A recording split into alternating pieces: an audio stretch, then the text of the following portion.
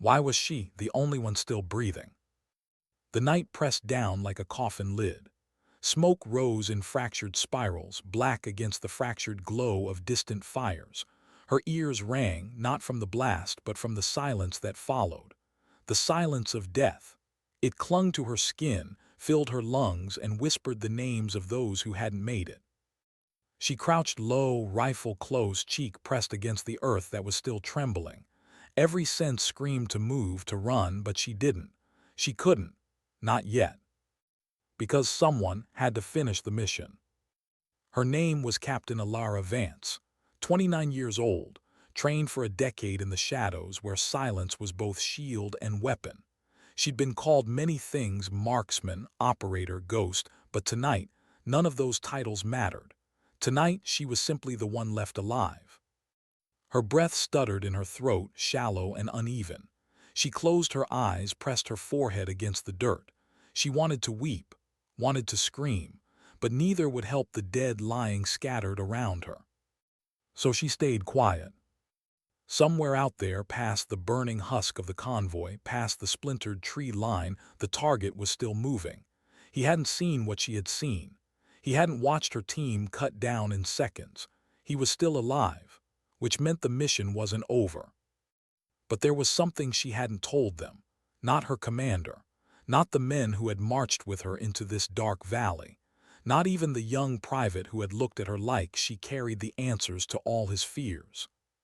There was more at stake here than orders. She opened her eyes. The night swayed around her. Her hands trembled. She tightened her grip on the rifle to steady them. "Move." She crawled forward inch by inch, ears straining. The smell of cordite and blood clung to her. In the distance, voices, not English, harsh, guttural, mocking. Enemy soldiers scavenging. She froze, breath caught in her chest. If they swept this far, they'd find her. She counted the seconds. 1, 2, 10. Their boots crunched gravel, then drifted away. She didn't move until their echoes died. The ground beneath her palms was wet. She looked down, not mud, not water. She pulled her hand back, crimson dripping off her fingertips. She almost gagged. Private Dawson. She didn't need to turn him over to know. She'd heard his laugh that morning, bright and nervous, asking if the rumors about her were true. Did she really never miss a shot? Did she really never speak unless she had to? Now he would never ask again. Her chest tightened. A heaviness pressed in.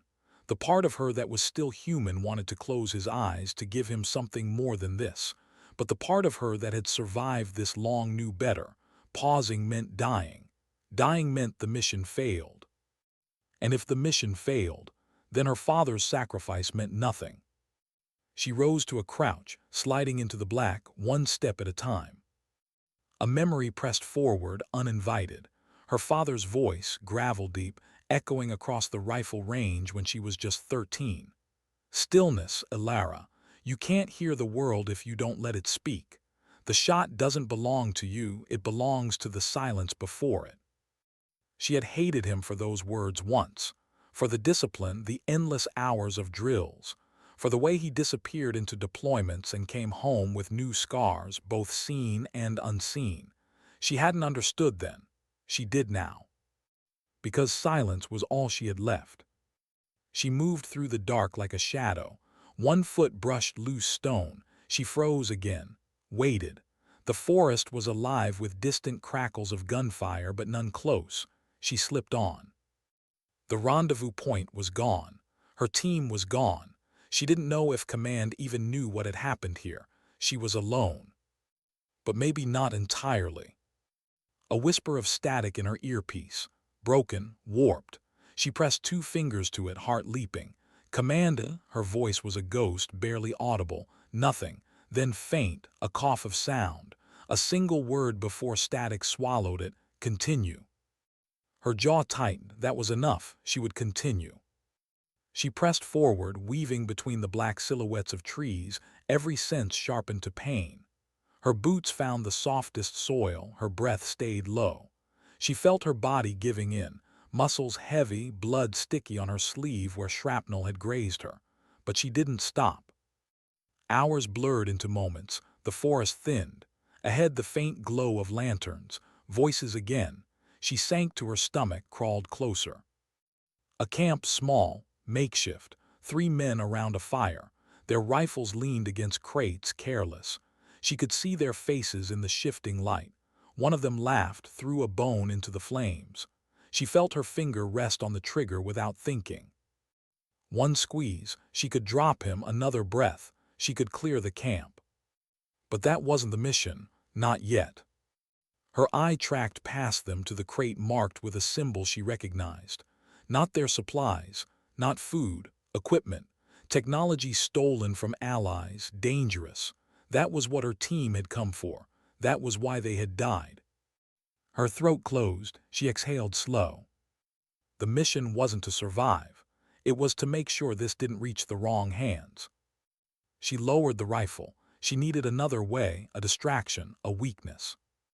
And that was when she heard it, faint, broken but real, a cough, from the shadows beyond the camp. Someone else was alive.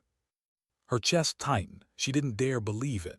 She shifted her scope, eyes narrowing, breath caught. There, tied against a post, head slumped forward, uniform torn. Sergeant Hale, her second in command. Alive. Her heart pounded so hard it hurt. Relief hit her like a wave, quickly curdled by fear. If they had Hale, then they had questions. And if they had questions, he wouldn't last long. She closed her eyes, fought the urge to rush in. Every part of her screamed to go, to cut him loose, to bring him home. But she couldn't. Not without a plan. Not without risking both their lives. Her hand trembled on the rifle. Another memory rose, not of her father this time, but of her own voice. The promise she'd made the night before deployment, whispered into the dark when no one else could hear. If it's me or them, let it be me. I can live with silence. I can't live with their ghosts. Now the ghosts were already here, and Hale was still breathing. Her jaw locked. She pressed her cheek into the dirt again, eyes never leaving the camp. The firelight flickered against her scope. Her pulse slowed. One decision, one shot, one chance to tilt the night in her favor. But something deeper gnawed at her. The silence was hiding something. The camp looked careless. Too careless, 3 men, a prisoner, a target crate left unguarded. It was too neat, too obvious. Her breath caught. This wasn't carelessness. This was bait. Her gut twisted. She lowered the scope, closed her eyes, felt the weight of every decision pressing on her chest like stone. She wasn't just fighting the enemy. She was fighting the silence that didn't tell her if she was right, the silence that would decide if Hale lived or died. Her finger brushed the trigger, but she didn't pull, not yet. The silence of death surrounded her. But her voice, when it came, would rise and carry the mission onward. How long could she wait before silence turned into death? Alara's chest burned as she lay in the dirt, eyes fixed on the firelit camp. The 3 men laughed too loudly, their shadows jumping like devils across the canvas wall of a nearby tent. Too much noise, too much ease. It wasn't real. It was a performance meant to lure the desperate, and she was desperate. Sergeant Hale's head lolled forward, a strand of hair falling across his brow. Even from here she could see the way his chest lifted in shallow pulls. He was alive, but barely. The ropes around his wrists glistened with blood where he'd tried to fight free. Her throat tightened. A voice whispered in her mind, if you move without thinking, you die. If you wait too long, they die. Her father's voice again. The man who had drilled her until the bones in her elbows bruised from rifle stocks, who told her the silence before a shot was worth more than the shot itself. She had hated him then. Now he was the only ghost that gave her courage. She steadied her breath, counted 1, 2, 3. Movement. From the tree line behind the camp, 2 more silhouettes stepped forward, rifles slung, faces half hidden by scarves. They carried themselves differently from the men at the fire, alert, watchful. These were the real guards. The firelight was the distraction. Her jaw locked. She'd been right, bait. Hale coughed, a ragged sound that sliced through her chest. One of the guards turned, barked something in a language she didn't understand. The man by the fire threw his bone aside and rose, swaggering toward Hale with a grin. Alara's heart pounded. Her finger brushed the trigger, but she forced herself still. Not yet, not like this. She scanned the perimeter. Too open. No shadows to slip into without being seen. If she fired, she might drop one, maybe two. But Hale would be dead before she could reach him. And then her mission, their mission, would drown in silence. She needed another way. Her eyes shifted to the crates stacked at the edge of camp. Wooden, rough. One had the lid half loose, something metallic glinting inside. Grenades. Her pulse quickened. Risk and salvation lived side by side. Her plan formed in fragments. A stone, a distraction, a shot timed with chaos, and hope that Hale still had enough strength to move when freedom came. She slipped a hand into her pouch, fingers curling around a jagged rock. Her arm trembled as she cocked it back, eyes locked on a dark stretch just beyond the campfire glow. She exhaled, through. The rock clattered against metal, sharp, sudden, every head snapped toward it.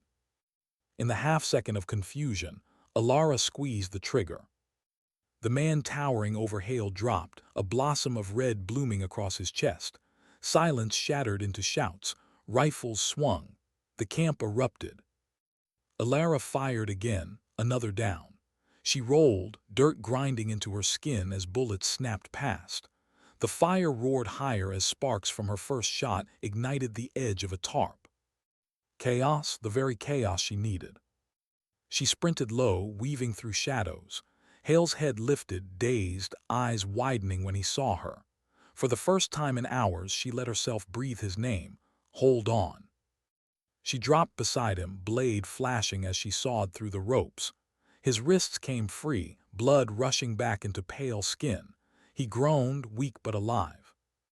On your feet, she hissed. He staggered, nearly collapsed, but her arm caught him. They stumbled toward the tree line, gunfire still spitting behind them. Her lungs burned. Each step felt too loud, too slow. A shout rose behind them, boots pounding closer. Hale's hand pressed against her arm, weak but urgent. Go, he rasped. Leave me. Her stomach twisted. Not again, not another ghost to carry. No, her voice was a growl. We both walk. Bullets shredded bark around them. She shoved him down, returned fire, short, sharp bursts. One silhouette dropped, another retreated, but more voices shouted. Too many. Hale coughed, blood shaking. Alara. Save it, she snapped, dragging him farther into cover. Her muscles screamed, but she didn't stop. Not until the night swallowed them again. They collapsed behind a fallen tree, lungs ragged. For a moment, neither spoke. Only the pounding of their hearts filled the silence. Then Hale chuckled, broken and bitter. Hell of an entrance. Her lips almost curved, almost, but then the weight of reality pressed down again. They'll hunt us. He nodded, wiping blood from his mouth. His eyes flicked to the bandage soaked through on her sleeve. And you're bleeding. She ignored it. Her gaze drifted back toward the camp, faint glow still flickering through trees. The crate, the stolen tech, the reason they were here at all. It was still there, unreached.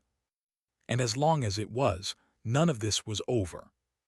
Hale followed her gaze, grim understanding settling on his face. You're thinking of going back. She didn't answer. Don't, his voice hardened. You'll die. Maybe, she whispered, but if we leave it, more will. The silence stretched, heavy, honest. Hale leaned back against the tree, eyes closing for a beat. You sound like him. Her breath caught. Like who? Your father, he murmured. The way you talk about sacrifice, about silence, he was the same. Her chest constricted. She hadn't told anyone that, not really. But Hale had known her father, served with him once years ago. The ghost pressed closer.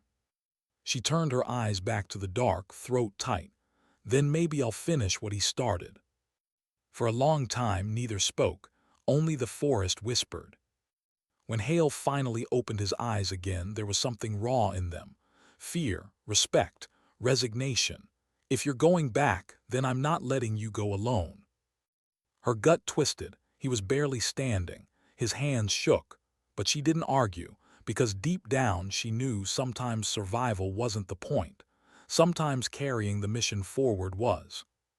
She checked her rifle, slid a fresh magazine in with a click that seemed to echo through the trees. We move before dawn, when their eyes are heavy.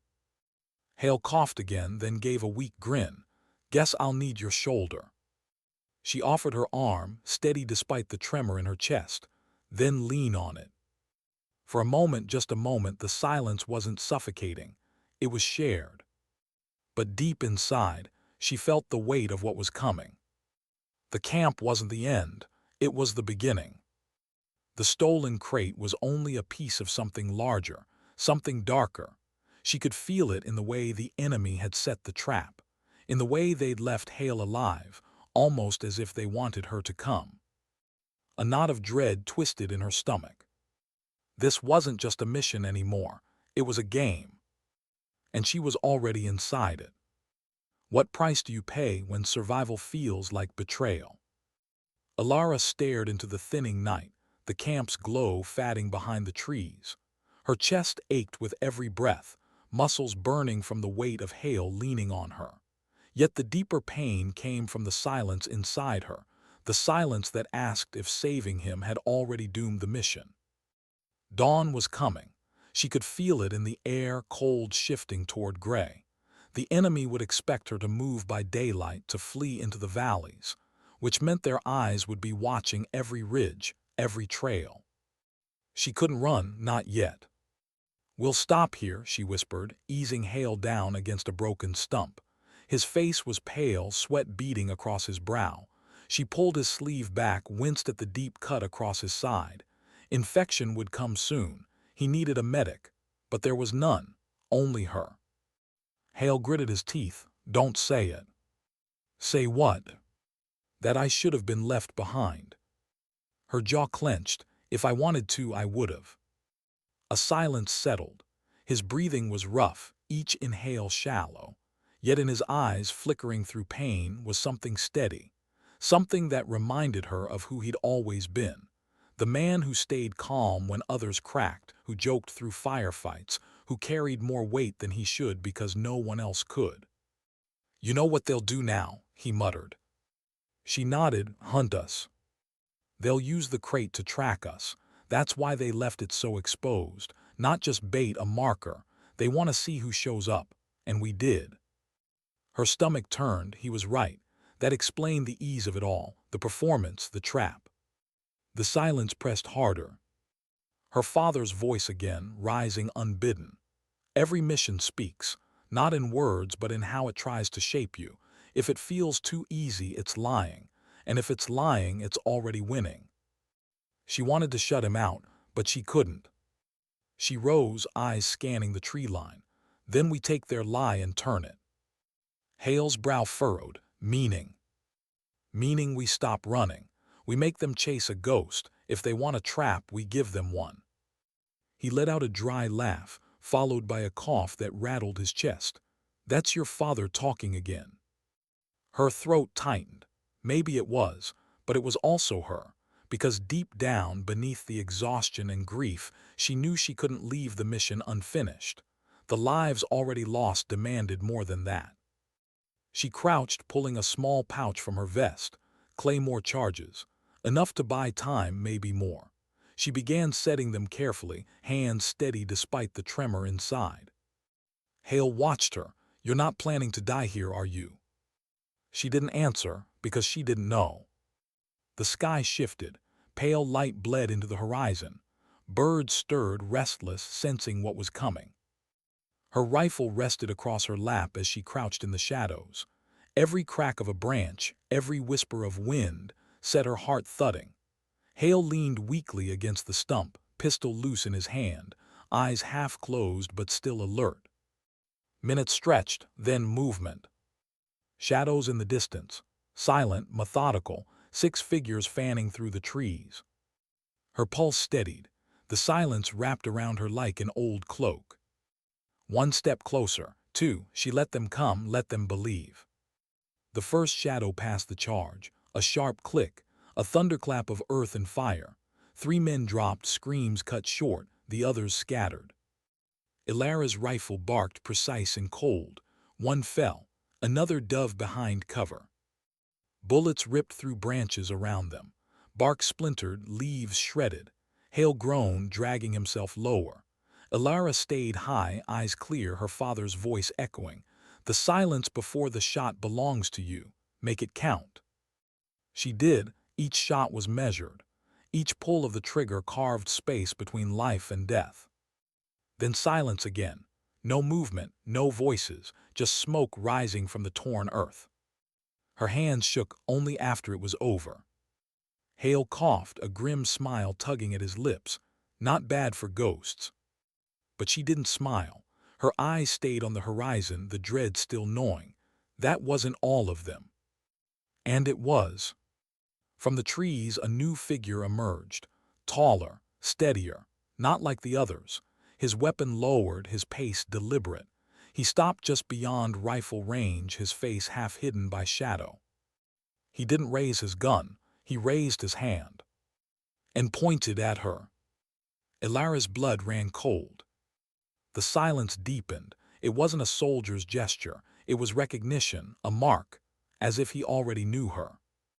Her throat tightened. She forced her scope up, locked him in her crosshairs, but he didn't flinch, didn't move, just stared back calm, almost certain.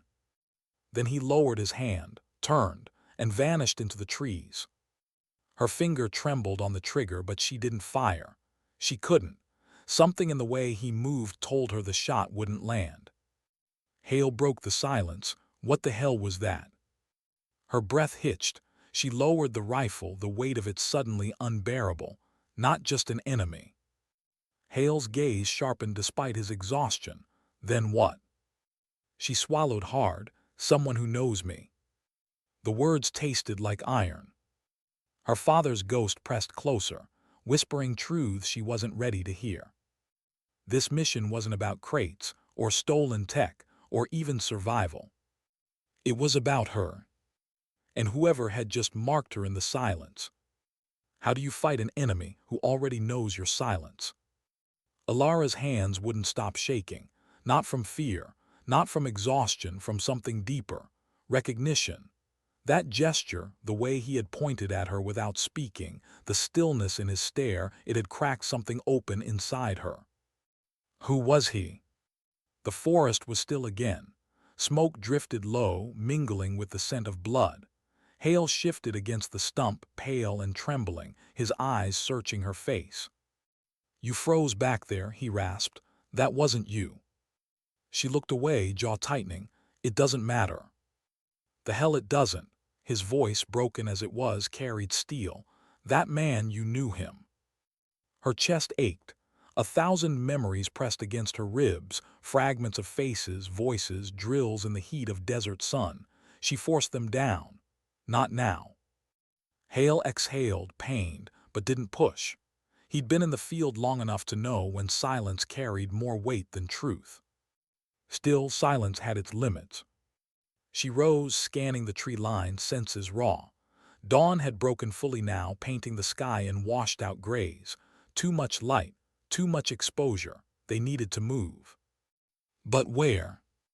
The rendezvous was gone. The team was gone. Command was only static. She looked at Hale, his uniform torn, blood drying across his chest. His strength was fading fast. He couldn't keep running. She had to make a choice. Risk the mission to save him, or risk him to save the mission. Her breath caught shallow. That was the question her father had lived with every day, and the question she had sworn never to face. But now here it was. She knelt beside Hale, pressing a canteen into his hands. Drink slowly. He obeyed, water dribbling down his chin. His eyes flicked to hers again. You're thinking of him, aren't you? Her chest tightened. Don't. He tell you the same thing I will, Hale muttered. The mission's bigger than us. Her jaw clenched. And what if it is? What if it's not about crates or tech or borders? He frowned, then what? Her lips parted but no words came, because she didn't know, not yet, only that the man who had pointed at her wasn't just an enemy, he was part of something bigger, something that connected her father's ghost to this mission. She rose, pulling her rifle into her arms. We move, now. Hale tried to push himself up, nearly buckled. She caught him, slinging his arm over her shoulder. His weight dragged heavy, but she bore it, step by step, deeper into the forest. The silence between them grew heavy, but within it her mind unraveled. There had been whispers once, back in training, about a man who trained in the same shadows she had, a soldier cut from the same cloth but who had vanished years ago. Some said he'd gone rogue. Others said he'd been buried in a mission no one spoke of. And now here in this valley she had seen his eyes, calm, knowing. She bit down hard on the thought. Coincidence, she told herself. It had to be. But silence doesn't lie. By midday they reached higher ground, a ridge overlooking the valley. From here she could see smoke rising from the camp. The enemy was regrouping. They would sweep the forest soon. Hale collapsed against a rock, his breathing shallow. I can't keep this up. She knelt, pulling bandages from her kit, pressing them against his side. He groaned but didn't resist. Her hands moved with precision, but inside she was breaking. He caught her wrist, weak but insistent. Alara, don't waste yourself on me. If this is bigger, finish it. Her eyes burned. She looked away, blinking hard against the sting. You're not dead yet. A silence fell, heavy. Finally Hale whispered, You're afraid. Her head snapped toward him. Of what? That this mission isn't about orders. That it's about you, about your father, and that man. Her throat closed. He had spoken the truth she didn't dare admit. She stood abruptly, turning her eyes to the horizon. Rest, I'll keep watch. But as she scanned the valley, her mind was already spiraling back into the past. A girl at a rifle range, 13 years old, trembling under the weight of a weapon too heavy for her hands. Her father's voice behind her, low and relentless. Stillness, Ilara. Don't fight the silence. Let it guide you. And another voice once long ago, a laugh beside her. A boy training on the next lane, sharp-eyed, confident. They had competed for every shot, every mark. She had beaten him once, and he had smiled, not angry but impressed. She had forgotten his name, or maybe she had buried it. But now she remembered his eyes, the same eyes that had pointed at her across the smoke this morning. Her breath hitched. It wasn't coincidence. He wasn't just some enemy. He was the ghost she hadn't known she'd been running from. The silence roared in her ears. She didn't tell Hale, not yet. Because if she spoke it aloud, then everything would change. Hours bled into evening. Hale drifted in and out of shallow sleep, his breathing ragged. Alara crouched on the ridge, scanning, waiting. And then she heard it. A voice in her earpiece, broken, warped, but real. Vance copy. Her chest seized. She pressed 2 fingers to the comm. Command, this is Vance, say again.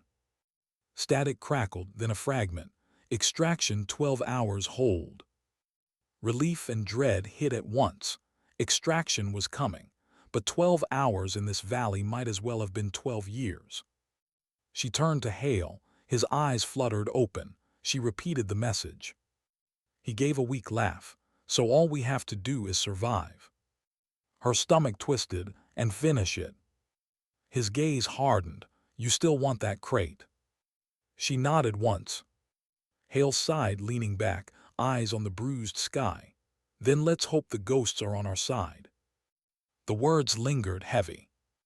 Because she knew ghosts weren't allies, they were debts. And hers had come calling. What did it mean, she wondered, to owe your life to someone you could barely trust? The safe house smelled of dust, old wood, and forgotten prayers. A single lantern swung in the corner, throwing fractured shadows across peeling walls. She sat on the floor, knees tucked in, her rifle dismantled before her like a puzzle she'd solved too many times. Metal parts gleamed dully in the light. Each click of the bolt sliding back into place was steady, calm, rehearsed, a rhythm that kept her from unraveling. Across the room, Ramirez paced. He wasn't the type to sit still, not after what they'd just walked through. His boot soles crunched against loose plaster. He muttered under his breath, Spanish prayers maybe, or curses, his voice low but sharp. He stopped once, looking at her, then away, as though wrestling with words that refused to settle. She noticed the tremor in his hand. He hid it quickly, curling his fingers into a fist, pressing it against his thigh. She didn't ask. He didn't want pity, and she couldn't spare any. The silence between them was louder than gunfire. But in that silence, something else pressed in her father's voice. Not the words he said, but the tone. A gravel strength that carried in her memory like smoke clinging to fabric. He'd told her once that trust wasn't about comfort, it was about necessity. On the line, he'd said, it's not who you want beside you, it's who won't break beside you. She inhaled slowly. Ramirez might have been reckless, might have been arrogant, but he hadn't broken. Not yet. The mission map lay unfolded on the table. Ink smeared across the creases, circles marking routes they couldn't take anymore. The forest paths were burned. The radio tower had gone dark. Extraction was a fading promise. South Ridge, Ramirez said finally, voice clipped. It's steep, but it'll keep us off their drones. She looked up, studied him. His eyes were bloodshot, pupils tight from too much adrenaline. He knew the risk. Steep ridges meant exposed cliffs, no cover. But his logic was sound. The machines couldn't scan what the rock face hid. Too open, she countered. Too open is better than too dead, he shot back, but softer than he meant to. Regret flickered in his tone. Her fingers brushed the cold barrel of her rifle. She hated that he was right. The lantern's flame bent in the draft, sneaking through cracked shutters. She closed her eyes. In the dark behind her eyelids, she saw the convoy again, the split second before she fired, the soldier's head jerking back, the silence that followed. Necessary, her training whispered. Human, her heart whispered back. A sound outside snapped her upright. Boots, crunching gravel, slow, deliberate. Ramirez froze mid-step, his hand hovering over his sidearm. One shadow slid across the window frame, then another. The lantern guttered. Her heartbeat slowed into something unnatural, the sniper's rhythm. She slid the rifle parts together, metal clicking into place like a lock finding its key. 3 shadows now, one closer than the others. She didn't speak, she didn't have to. Ramirez moved silently to the door, back pressed against the wall. His breathing steadied, shoulders rising, falling. The first kick splintered the wood. The second tore it open. The world collapsed into chaos. Gunfire ripped the silence. Splinters burst across the floor. She dropped to her stomach, sight aligned before thought even caught up. One breath, one trigger pull. A figure folded in the doorway, body slamming into the threshold. Another soldier charged through, weapon raised. Ramirez tackled him, both men crashing into the table, the map crumpling beneath them. Her ears rang, her senses narrowing to the scope. The third shadow hesitated just long enough. She fired. The body fell back into the night, the forest swallowing it whole. Silence, then only the hiss of the lantern, still burning despite everything. She sat up slowly, chest heaving. Ramirez groaned, shoving the unconscious soldier off him. Blood ran down his arm, staining his sleeve. He glanced at her. For once, no sarcasm, no sharp edges, just raw acknowledgement. "You saved my ass," he muttered. She wanted to say the same, but the words stuck. Gratitude didn't come easy when survival was still temporary. They moved fast after that, dragging the bodies out, covering tracks. The forest loomed heavy as they slipped into the dark, deeper and deeper, until the safe house was nothing but a ghost behind them. Hours passed in silence. Every branch snap felt like betrayal, every owl call like a warning. Finally, as dawn bled into the treetops, Ramirez collapsed against a rock, clutching his wound. His breath was ragged, shallow. "We stop here," he rasped. She scanned the horizon. No choice. He wouldn't last much longer without rest. She knelt, pressing gauze against his arm, the fabric soaking through instantly. He winced but didn't pull away. "You're good at this," he murmured. "Good at what?" "Pretending you're made of stone." Her hands stilled. The words cut deeper than any bullet. Because it wasn't true. The stone cracked every time she closed her eyes. Every time she remembered her father's empty chair at the table, the folded flag, the silence of that final call. She wanted to tell him about the vow she'd made, about the guilt she carried like a second skin, but the words never found their way out. Instead, she wrapped the bandage tighter, hiding the blood, hiding the truth. They sat there until the sun climbed higher, burning away the mist. The forest smelled of pine and iron, life and death tangled together. When they finally moved again, she carried more than her rifle. She carried the weight of someone else's survival, and for the first time, she wondered if carrying it was enough. Because the silence of death still surrounded them. But her voice, the one she'd silenced for so long, was beginning to rise. And with it, the mission carried forward. Why did the birds stop singing? The forest had been alive with sound all morning: insects, the creak of branches, the distant call of hawks. But then it cut, abrupt, like someone had pressed a mute switch on the world. She froze, one hand lifted for Ramirez to halt. His boots stopped crunching. The silence was a warning. Her eyes scanned the tree line. Nothing, just mist curling through the pines, sunlight slicing in broken beams. But silence never came without cause. Something moved in the spaces they couldn't see. Ramirez whispered, "Ambush." She didn't answer, didn't need to. His hand shifted to the grip of his sidearm, knuckles white. They crouched low, crawling toward a boulder that jutted like a broken tooth from the earth. She pressed her cheek to the cold stone, rifle leveled, breath caught in her throat. Time stretched. Every heartbeat thundered like it might give them away. Then a flicker, movement between trees, human. Her finger brushed the trigger. But something stopped her. The silhouette wasn't hunting. It was stumbling, shoulders slumped, legs dragging. She squinted, the figure resolved. A man, uniform torn, rifle hanging useless by its strap. Blood smeared across his chest.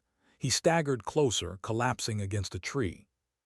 Ramirez exhaled sharply. One of ours. But she didn't lower her weapon. Too easy, too staged. Still, the insignia was there. The patch. A familiar crest. One she hadn't seen since the briefing days ago, before everything went to ash. The man's lips moved. No sound reached them at first, then faint, cracked. "Help me." Her heart twisted. Ramirez stood before she could stop him, weapon raised but voice carrying. "Identify." The man lifted his head. Sunlight caught his eyes, and in that instant she knew he wasn't lying. The pain in them was too real, too deep to be faked. They rushed forward, half carrying, half dragging him back behind the boulder. His breath rattled. Each inhale sounded borrowed. His name patch was shredded, unreadable. She knelt, checking his wounds. Shrapnel deep but not fresh. He'd been bleeding slow for hours. He clutched her wrist suddenly, grip surprisingly strong. "They betrayed us." His voice cracked like glass. Inside, someone feeding them. Her stomach dropped. Ramirez cursed under his breath. "You're saying..." The soldier coughed, blood flecking his lips. His eyes darted wild.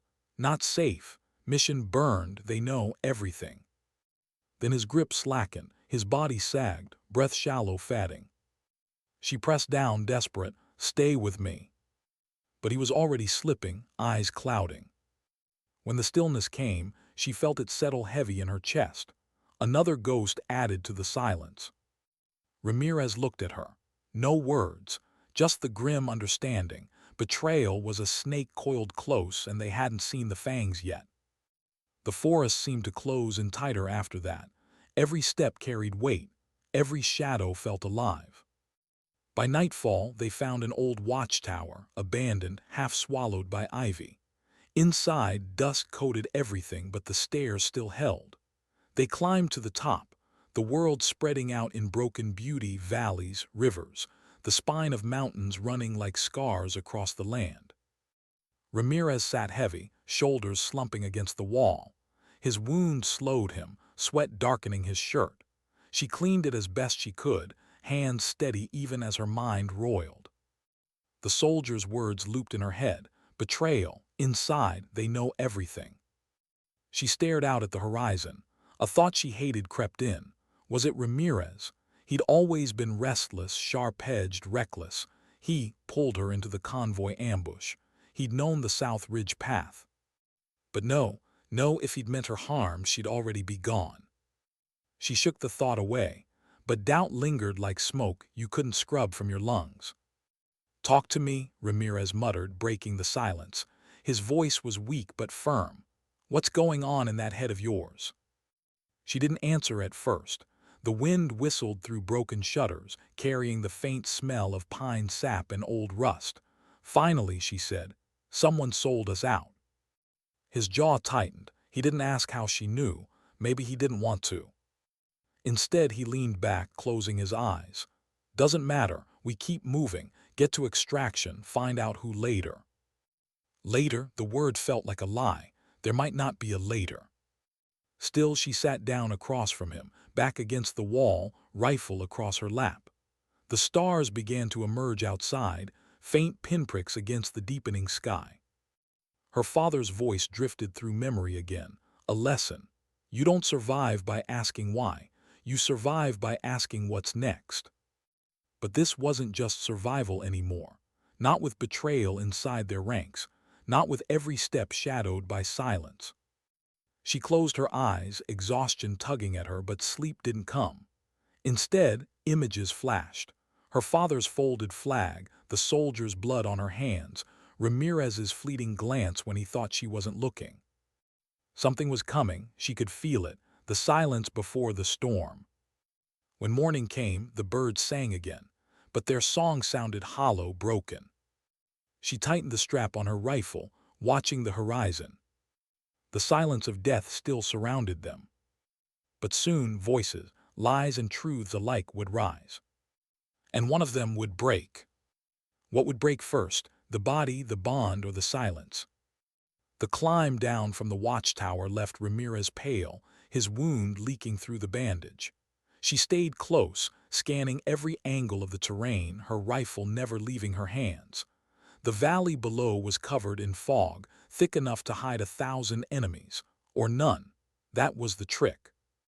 Hours passed in a blur of mud and aching legs.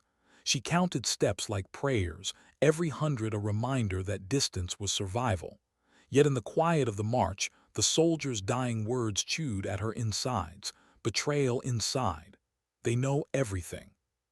She didn't trust silence anymore, not even her own. By mid-afternoon, they reached a ravine where water rushed over rocks, foaming white. Ramirez crouched by the edge, splashing his face, his shoulders trembling. She watched him, noticing details she'd ignored before. The way his eyes flicked over her rifle, how he never let her stand fully behind him, how he flinched when she reached for her pack. Paranoia, she told herself, exhaustion feeding shadows. But then he said it. "You've been watching me." Her heart lurched, but her face stayed still. "I watch everything." "No," he said, lifting his gaze, sharp despite his exhaustion. "You've been watching me." The rush of water filled the pause. Finally, she admitted, "Someone's feeding them, and I don't know who." His expression hardened. "And you think it's me?" She didn't answer, silence did. He laughed once, humorless, bitter. "Figures, they always look at me first, the reckless one, the screw-up." His voice dropped. "But not the traitor." She wanted to believe him. But the soldier's warning, the ambush, the way Ramirez had insisted on the ridge, doubt clung like oil. "You've been doubting me since day one," he said quietly. "Admit it." Her hands tightened on the rifle. "I've been doubting everyone." He stared at her, something fragile flickering in his expression. Even yourself. The question cut deeper than she expected. She looked away, unable to answer, because the truth was yes. Every pull of the trigger echoed in her head, every silence stretched into guilt. She doubted her own hands, her own choices, her own worth. They crossed the ravine in silence, climbing the slick stones one careful step at a time. At the far side she paused, scanning the horizon again. That's when she saw it, faint glints of metal, low on the ridgeline, too uniform to be chance. Her stomach dropped. Down, she hissed. Bullets tore into the earth around them. Dirt sprayed, the air filled with the snapping crack of rifles. They dove behind a fallen log. Ramirez cursed, clutching his arm as another bullet grazed him. Pinned exposed. Her breath slowed, sniper rhythm. She peeked, spotted a flash, a scope glint in the distance. One shot. She exhaled, squeezed. The glint shattered. Another shot answered instantly, grazing bark inches from her head. Two of them, at least. Ramirez groaned. We're boxed. She scanned fast, angles, distances, cover. Her brain spun calculations. They couldn't outshoot them, not from here. But maybe they could outweight them. The log shielded them barely. The stream masked their scent, their sound. If they went still enough, silent enough, maybe the hunters would think they'd moved. She pressed a hand to Ramirez's chest. Don't move. Don't breathe more than you have to. His eyes widened. That's your plan, play dead. She didn't answer. She just pressed her finger to her lips. Minutes dragged into hours. The sun shifted. Sweat traced down her temple, itching, burning, but she didn't lift a hand. The silence pressed so heavy it felt alive. Ramirez trembled beside her, pain stealing his strength. She could hear the grit of his teeth, the muffled groans he tried to swallow. At one point he whispered, barely audible, "If I slow you down, you leave me." Her throat tightened. She wanted to snap at him, to tell him to shut up, to tell him no, but she couldn't lie, not to herself, not here. Finally, as dusk bled into the sky, the ridgeline fell quiet. No more glints, no more cracks. Whoever hunted them had pulled back or moved closer. She couldn't tell which was worse. They crawled inch by inch until the forest swallowed them again. Only when the dark hid them fully did she let out the breath she'd been holding. Ramirez collapsed against a tree, sweat soaking his shirt. "Still think it's me," he rasped. She stared at him. In the firelight of fading day, he looked broken, human, fragile, not a traitor. But doubt remained. Her voice came out low, rough. "I don't know what to think anymore." He chuckled, bitter and tired. "Welcome to the war." They moved again under cover of night, stumbling more than walking. Every sound snapped her nerves tight. Every shadow felt like an enemy's hand. At one point, Ramirez tripped, falling hard. She reached to help, but he pushed her away. "Go," he hissed. But she didn't. She hauled him back up, slinging his arm over her shoulders. His weight dragged at her, but she carried it anyway. Step by step, breath by breath. Not because she trusted him, but because she refused to let the silence win. When they finally reached an outcropping that overlooked the valley, she set him down gently. The moon painted the land silver, eerie and beautiful. Below, faint lights flickered, a village, maybe, or a patrol. Ramirez leaned back, eyes half shut. "If I don't make it," he began. She cut him off. "Don't." But he kept going. "If I don't, you finish it, the mission, whatever it costs." Her chest tightened. She hated him in that moment, hated his resignation, hated the truth in his words, because she knew he might not make it, and she knew she'd have to carry it alone. The silence between them stretched again, but this time it wasn't empty. It was full of doubt, of fear, of unspoken promises. And in that silence she realized something. The betrayal wasn't just about who had spoken to the enemy. It was about how much of herself she was willing to sacrifice before she broke. The night closed in, heavy and endless. Tomorrow would bring answers. Or death. How much weight can one voice carry when the silence of death surrounds it? The valley below shimmered in moonlight, a silver ribbon of fog weaving through dark treetops. She crouched at the edge of the outcropping, rifle steady, every muscle coiled. Ramirez slept fitfully behind her, his breathing ragged, body weakening by the hour. She should have been resting too, saving what little strength remained. But she couldn't. Sleep was dangerous. Sleep was trust. And trust was fractured. The dying soldier's warning replayed in her skull, betrayal inside, they know everything. It scraped at her like glass. Who was it? Ramirez? Someone else? Did it matter? The mission was already cracked, bleeding out. But cracked didn't mean broken. Not yet. The horizon trembled with faint light. Dawn, and with it a choice. She touched the worn strap of her rifle, the same one her father had carried. The weight of it was more than steel. It was history, legacy. A vow whispered into the silence of a folded flag, I will carry what you couldn't. She turned. Ramirez stirred, eyes opening, bloodshot but alert. He tried to push himself up, failed, and leaned back with a bitter smile. Looks like you're stuck with me. Looks like, she said softly. For a moment neither spoke. Then his expression changed, something raw flickering across it. You still don't trust me. She didn't deny it. He sighed, a sound like defeat. Maybe you shouldn't, maybe I've screwed up too much to deserve it. His gaze dropped. But I didn't sell us out. That wasn't me. The honesty in his voice hit harder than any bullet. For the first time, she believed him. Before she could answer, movement caught her eye. Down in the valley, figures emerged through the mist, organized, armed, too many for a chance patrol. They'd found them. Her stomach knotted. No time left for questions, no room for doubt, only the mission. She shifted into position, scope aligning. One breath, two. Silence narrowed to the tunnel of her sight. She fired. A man dropped. Chaos rippled through the patrol. Shouts echoed, ricocheting off the valley walls. Ramirez dragged himself upright, grabbing his rifle with shaking hands. If we're going out, he muttered, let's make it loud. But she shook her head. No, not loud, smart. She scanned fast, brain firing through options. The ravine below curved into a choke point. If she drew them in one by one, their numbers wouldn't matter. But to do it, someone had to stay. Someone had to hold the line. Ramirez must have seen it in her face. No, he said, voice sharp. Don't you dare. Her chest ached, but her voice was steady. You can't hold it with that wound. You know it. He tried to argue, but the effort drained him. Finally, he slumped, defeat shadowing his features. Then it's suicide. She thought of her father, of the silence he left behind, of the voice she had buried for so long, afraid it wasn't strong enough.